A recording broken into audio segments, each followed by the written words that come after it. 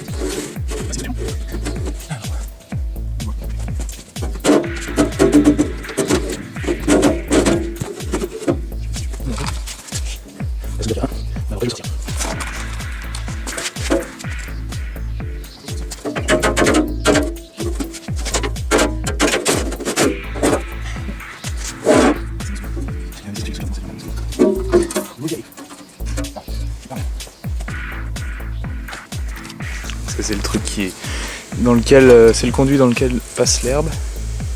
Donc ça c'est côté carter et l'autre côté c'est côté bac. Et on voit que ça c'est tout rouillé, ça a déjà été réparé, hein, enfin ressoudé en place. Il a même laissé son fil de soudure. Parce que ça devait pas être très accessible en dessous. Bon après moi je vais démonter toutes les vis là, puis j'ai enlevé ça. Donc j'ai enlevé toutes les petites vis auto. J'ai enlevé ça, ça devrait venir tout seul là.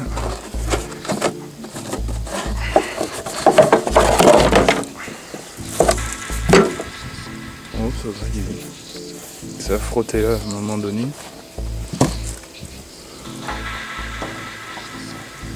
Ouais donc c'est un peu comme une... Merde, comment ça s'appelle ça? Une courroie de distrib. Waouh! Attends, ça doit aller dans le... C'est pas possible. Il manque un truc là.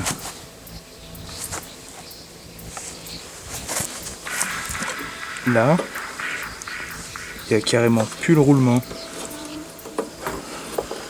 Il n'y a plus du tout le roulement. Il a disparu. Ça a touché quelques fois. Ça a touché quelques fois le carter. On voit une bille qui devait aller dans le roulement là. Là il y a d'autres pièces du roulement. Putain. C'est ça qui faisait tout ce bruit.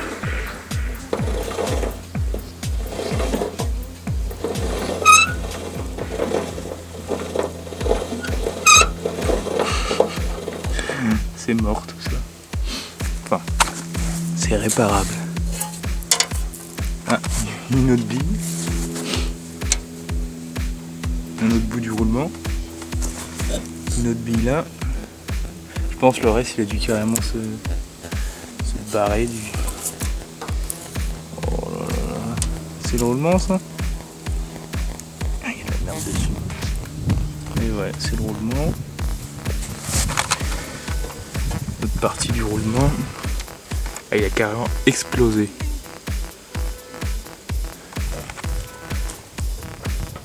Petite alarme de bagnole, fait toujours plaisir.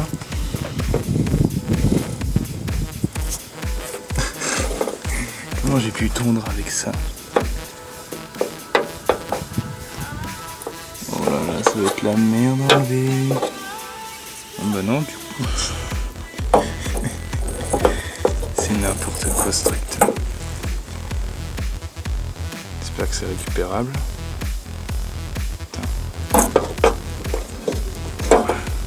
Bon, j'ai encore démonté tout ça du coup.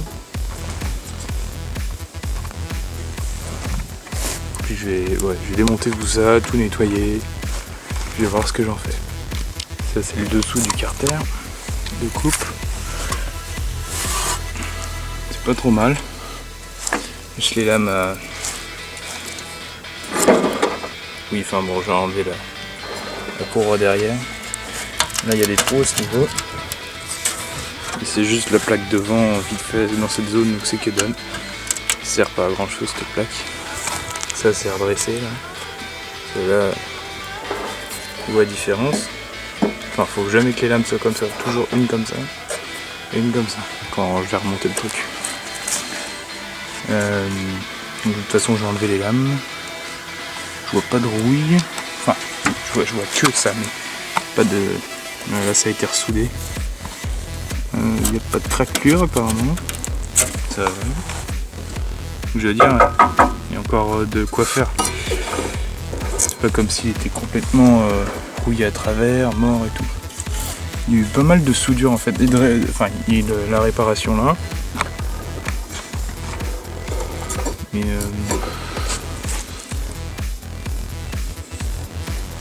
on regarde surtout au niveau du support parce que ça a été ressoudé.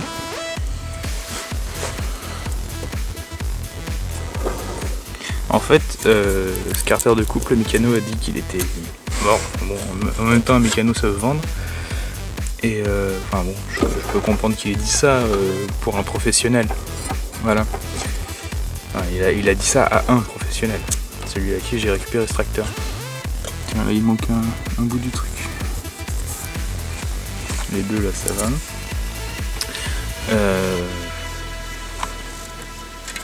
Donc j'en étais au mécano, ouais. Bon ça va. En fait il a récupéré, il l'a réparé vite fait. Et puis finalement en fait ils ont acheté un autre tracteur après, donc ils s'en ont servi peut-être une saison encore et c'est tout. Donc les réparations on va dire elles sont récentes, mais tout le tracteur a l'air super vieux parce que il n'a jamais été entretenu. Donc ça c'est de la rouille. C'est de la rouille, mais bon je vais voir ce que je vais faire. Déjà je vais lui parler un peu. Une belle araignée là-dedans. La caméra va pas la choper. Tout ça, je vais démonter les lames et puis passer ça au surpresseur pour tout nettoyer. Pour confirmer que les roulements sont bien morts.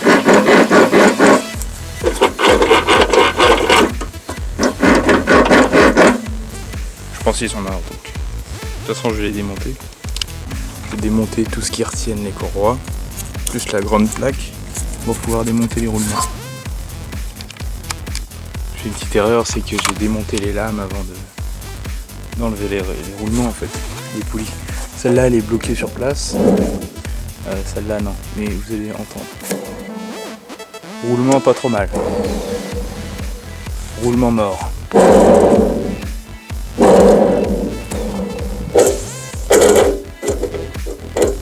Celui-là il est mort, celui-là il est carrément explosé.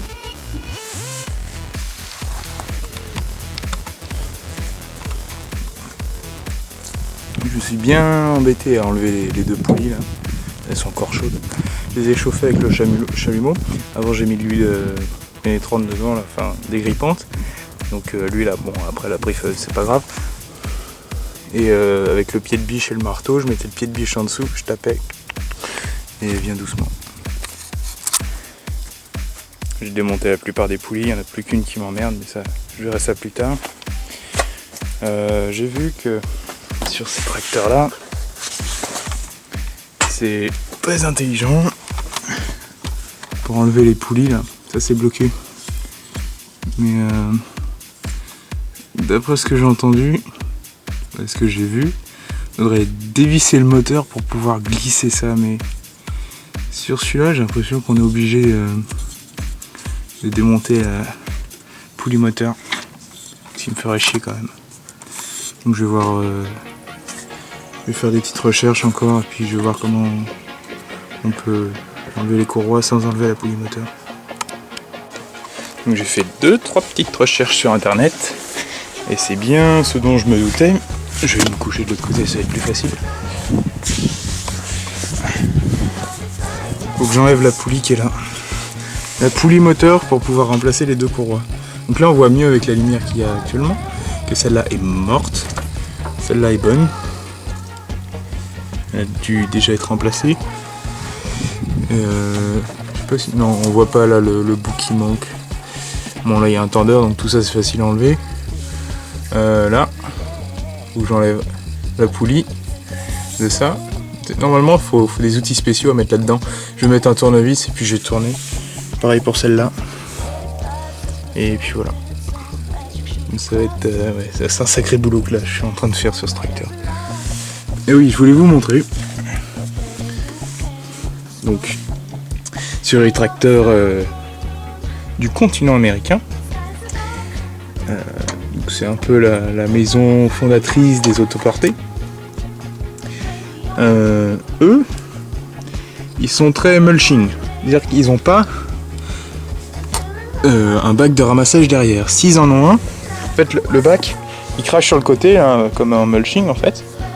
Et s'ils ont un bac, eux, ça va être un tuyau qui va ramener derrière sur un bac. Mais en aucun cas, elle passe par l'intérieur du tracteur. C'est-à-dire qu'en gros, c'est une modification qu'on peut apporter si on le désire. Et bon, sur les tracteurs européens, on a ça, plus le bac. Mais du coup, ça ramasse tout le temps.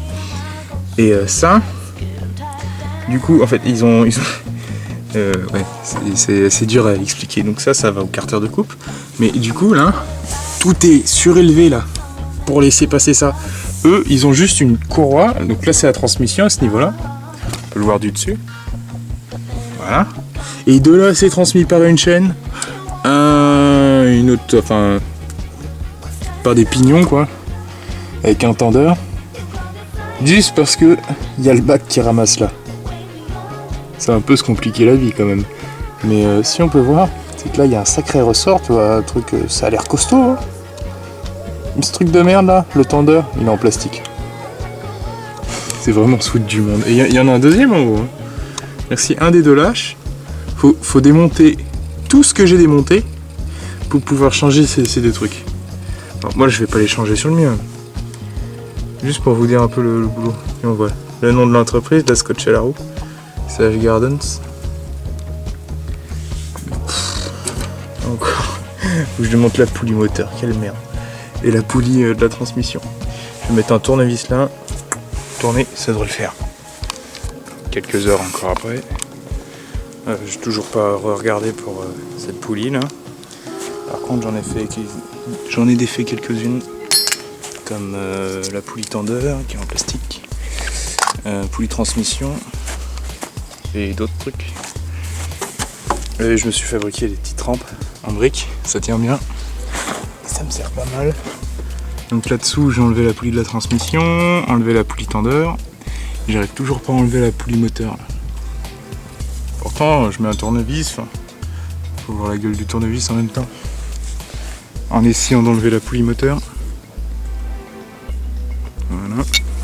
Bon, de toute façon, c'est un tournevis déjà tordu. Mais bon. Mais oui, beaucoup de travail.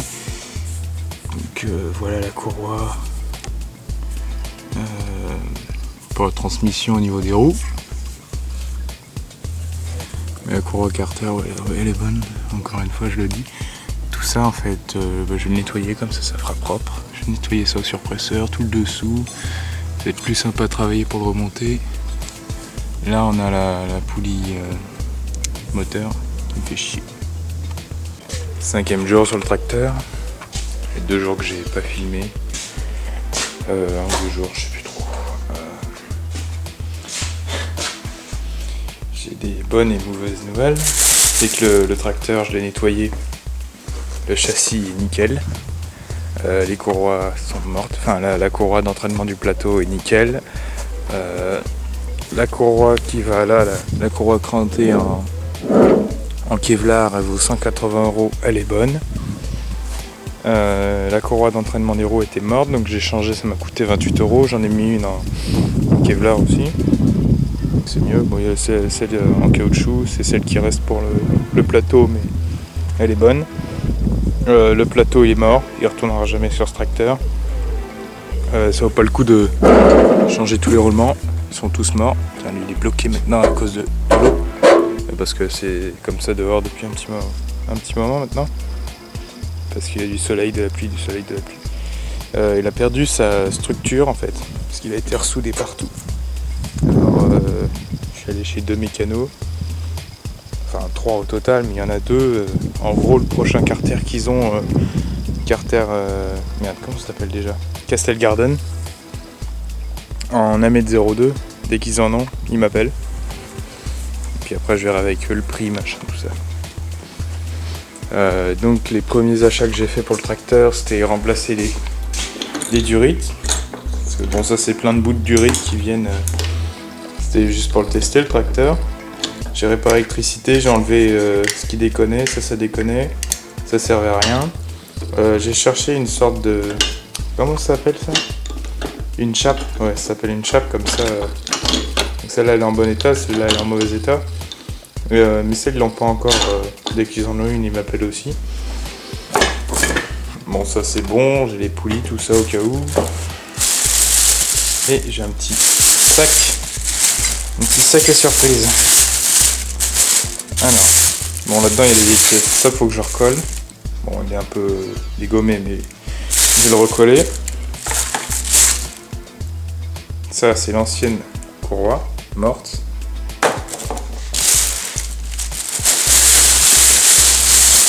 Ça, c'est la nouvelle courroie en Kevlar. On voit que c'est pas le même matériau.